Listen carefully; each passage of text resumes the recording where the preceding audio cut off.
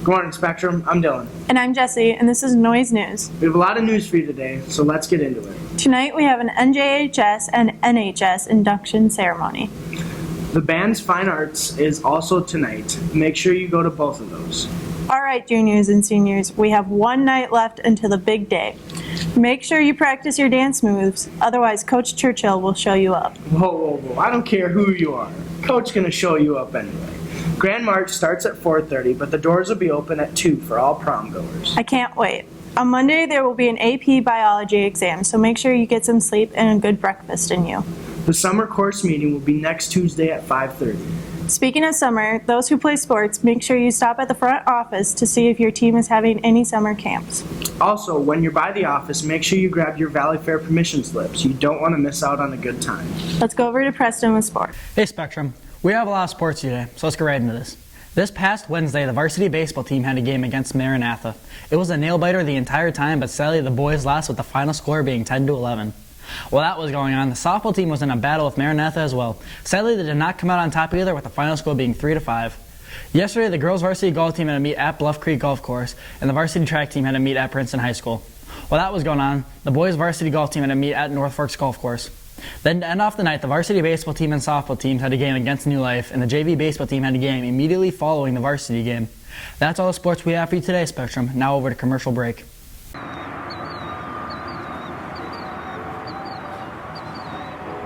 Hi, I'm Ben Kopp, otherwise known as The Ben. I'd like to talk to you about a serious topic, and that's suicide. If you're ever feeling down, go talk to the guidance, and they'll help you through your troubles. Or call Text for Life using your phone.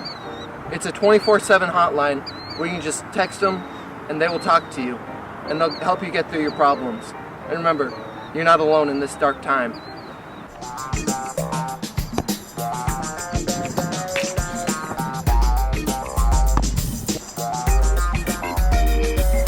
Because you matter. All right, Spectrum. This is the end of our short show. If you would like to continue to our premiere production show, keep watching. Many teachers here at Spectrum have second jobs that we don't hear about.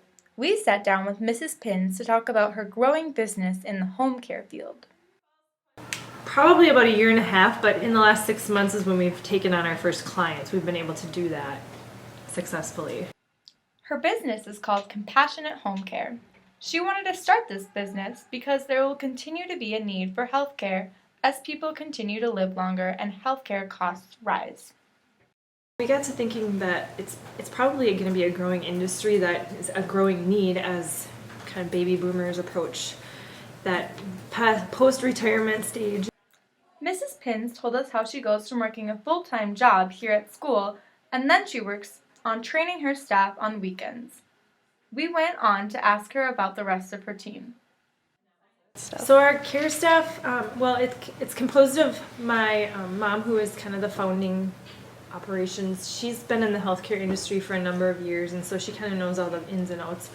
And then I'm kind of the trainer. I develop all the training materials that are required by the state of Minnesota, and then I get our care staff in and I tell them about the company and I tell them about what kinds of things they can do and can't do. And then we have some nurses and we have some direct care staff, and those people go out into the field and work directly with the clients. We wish Mrs. Pins and the rest of her team good luck in the home care field.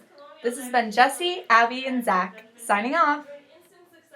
With the recent events occurring in Syria, we caught up with Mr. Brunt to fill us in. We asked Mr. Brunt what's been going on in Syria. In Syria, most recently, you saw American airstrikes for the first time against the Assad regime, the government of Syria. Prior to that, we were just attacking ISIS in Syria. And so we attacked the Syrian government for the first time in retaliation for their use of chemical weapons against their own population. So this is the first time where you've seen President Trump be aggressive toward another country and drawing a particular red line. Along with the conflicts in Syria, we asked Mr. Brunt what has recently happened in Afghanistan. As far as Afghanistan goes, most recently you saw this mother of all bomb strike against ISIS in Afghanistan. You know, we've been there since 2001. It's now 2017. They have plans going out to 2030 which is a really, really long time, given that our participation in World War II in direct combat was, from the end of 41, arguably, was prior to that, but to 1945. So you have a President Trump that won't permit ISIS to set up shop in Afghanistan, just like Al-Qaeda was set up in Afghanistan that led to the 9/11 terrorist attacks. ISIS seems to be a very small issue in Afghanistan, but we don't want it to become a big issue. With a lot of people on the fence, we asked Mr. Brunt what his opinion was about us getting involved in Syria. I also don't know the answer to that. I was opposed to attacks on the Assad regime until it happened. We didn't kill any Russians when we did it, and that's the key. What would happen if we attacked a Syrian airfield and killed Russians, and there were Russians there? My actual opinion, I don't actually really think is that relevant. I just want Syria to be stable and to have a good chunk of the population go back and rebuild their country in a way that they deserve. Whether that involves partition or not, I also don't know. The Syrian war is so savage, the only thing I wanted to do is stop.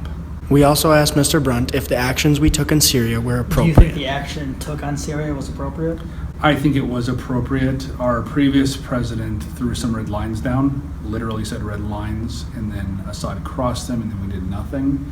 And that did do a lot of damage to our foreign policy. On the other hand, foreign policy isn't necessarily run through airstrikes and attacks either. There's your soft, things that the state can do, like aid, training, other programs. And this current administration, while it seems more aggressive militarily than the previous one, my understanding is that the plan is to reduce the budget for the State Department, so to decrease our soft power and emphasize hard power. And if you look at the last, 16 years, you've seen our hard power attacking people hasn't really brought us the benefits that we wanted to see. So in the end, it's President Trump's decision, not mine, but he does seem to be de-emphasizing soft power, and I think that's a mistake given how little money we spend on it in the first place. This has been Dylan and Preston for Noise News, signing off. All right, Spectrum, that's all the news we have for you today. I'm Jesse, And I'm Dylan, and this has been Noise News. keeping you in on the noise.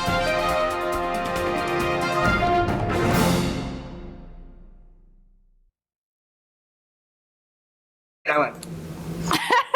And you didn't talk to her. Yeah, I was at like, the end. Not to mention, to basically say that's all the news we have for you today.